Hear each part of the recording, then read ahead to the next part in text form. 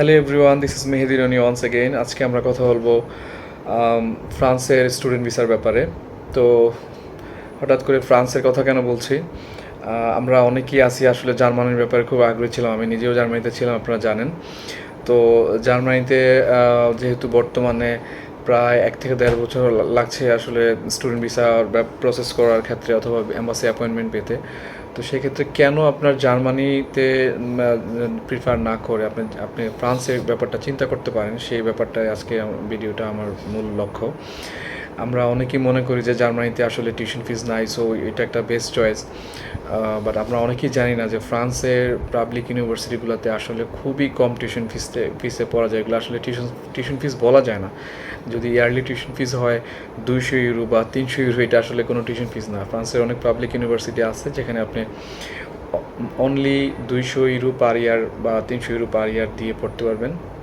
আর average maximum university tuition fees থাকে 3 থেকে 4 হাজার ইউরোর মধ্যে পাবলিক ইউনিভার্সিটিগুলোতে। হ্যাঁ, কিছু কিছু আছে তারও বেশি, লাইক 5 থেকে 6 হাজার হতে পারে, বাট বেশিরভাগ ক্ষেত্রেই 3 থেকে 3.5 হাজার, অথবা কিছু কিছু আছে 200 থেকে 300 ইউরোর মধ্যেও। সো টিউশন ফিসটা আসলে খুবই কম। এই ব্যাপারটা আমরা অনেকেই জানি না, কারণ অনেকেই আসলে ফ্রান্সের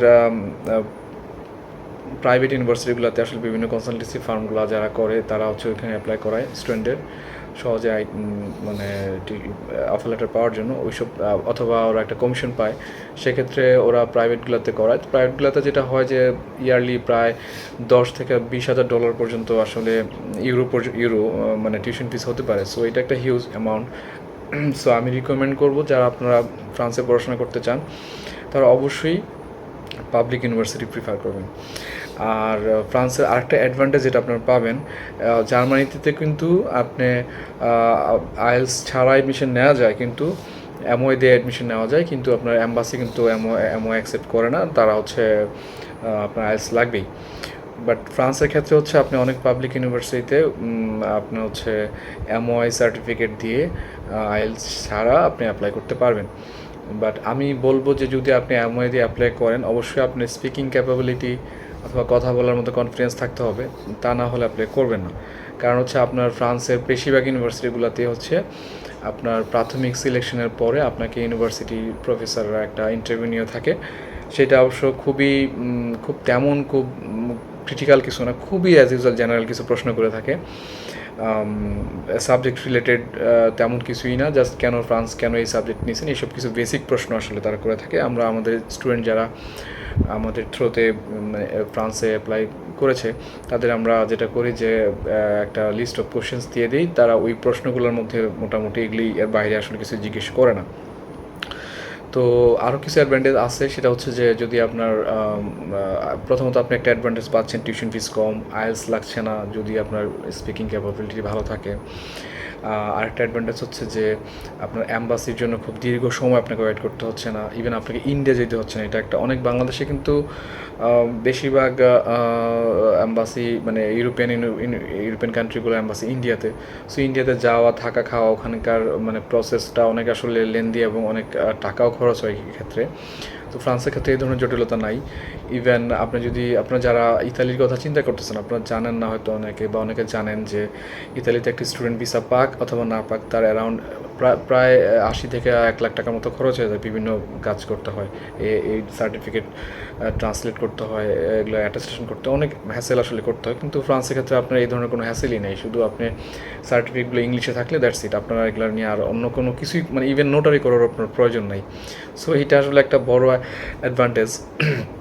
সো এইসব বিষয়গুলো চিন্তা করলে ইভেন আপনি যদি অ্যাম্বাসি ফেস করার কথা বলেন, অ্যাম্বাসি ফেস করার খরচের কথা বলেন, সেটাও অনেক কম। সো আপনি খুব মিনিমাম একটা খরচে আপনি কিন্তু ফ্রান্সে দেখতে পারেন। সো সেক্ষেত্রে কিন্তু ফ্রান্সের আপনার যদি অ্যাডমিশন হয়, আপনার যদি সব ঠিক থাকে, আপনি যদি জেনুইন স্টুডেন্ট হয়ে থাকেন, আপনার ভিসা পাওয়ার প্রবাবিলিটি খুবই ভালো। কারণ যারা ভিসা আমি দেখেছি, যারা আমাদের ফার্ম থেকে যারা নাকি অ্যাপ্লাই করেছে, বেশিরভাগ যারা জেনুইন স্টুডেন্ট, তাদের আসলে আমি দেখি না কখনো যে ভিসা হতে। তো যাই হোক, এখন কথা সেটা হচ্ছে যে যদি আপনার ফ্রান্সের ব্যাপারে ইন্টারেস্টেড হয়ে থাকেন অ্যান্ড ফ্রান্সের ব্যাপারে যদি ইন্টারেস্টেড হয়ে থাকেন, সেক্ষেত্রে আপনারা আমাদের ফেসবুক পেজে একটা লাইক দিতে পারেন অথবা ফলো করতে পারেন আমাদের ফেসবুক পেজটি হচ্ছে স্প্রিং বার্ড এডুকেশন। আমি আমার ভিডিও ডিসক্রিপশনে আমাদের পেজের লিঙ্কটা আমি দিয়ে দিব, আপনারা চাইলে ওখানে ক্লিক করেও আমাদের পেজে চলে যেতে পারেন। সেখানে গিয়ে আমাদের পেজটাতে লাইক করে আপনারা চাইলে ফ্রান্সের ব্যাপারে যদি আগ্রহী হন সেক্ষেত্রে আমাদেরকে আপনি জানাতে পারেন। সো আমাদের ক্ষেত্রে আমাদের কাজের যে প্রসেসটা সেটা হচ্ছে যে আপনাকে আমাদের সার্ভিস চার্জ বা অন্য কোনো পারপাসে আমাদেরকে টাকা দিতে হবে না।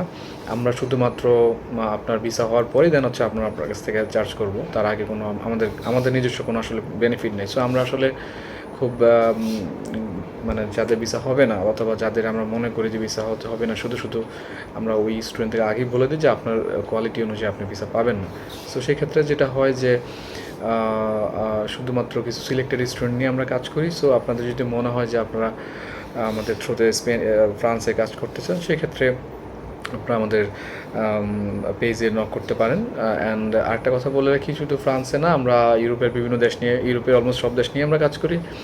ইভেন ইউরোপের বাইরে হচ্ছে ইউএসএ নিয়ে আমরা কাজ করি। So if you have interested about study abroad then you can follow us, which is our পেজের যেটা নাম সেটা হচ্ছে যে স্প্রিং বার্ড এডুকেশন। আমি আমার ভিডিও লিঙ্কে সেটার ভিডিওর ডিসক্রিপশনে আমি আমার লিঙ্কটা দিয়ে দিব, পেজের লিঙ্কটা দিয়ে দিব।